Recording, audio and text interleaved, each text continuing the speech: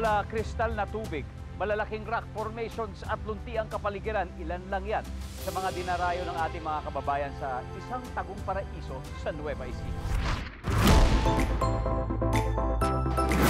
Sa bayan ng General Tino sa lalawigan ng Nueva Ecija, isang hidden gem ang matatagpuan, ang Minalungaw National Park. May lawak na 2,000 hectares. Ito ay isang protected area at nasa pangangalaga ng DENR.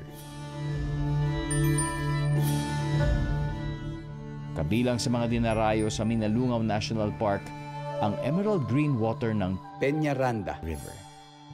Kaya ang tawag dito, El Nido ng Nueva Ecija. May floating nipa hut sa mga balsang gawa sa kawayan.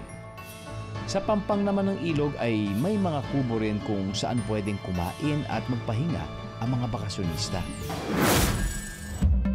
Pero kung extreme adventure ang inyong hanap, enjoy rin ang pagki-cliff diving.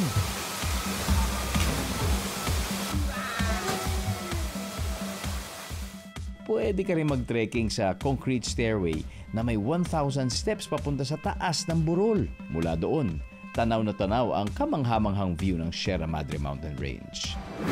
Napakaiksi ng summer para mapuntahang lahat, pero sulit na rin kung kasing ganda naman ang paraiso ng Minalungaw.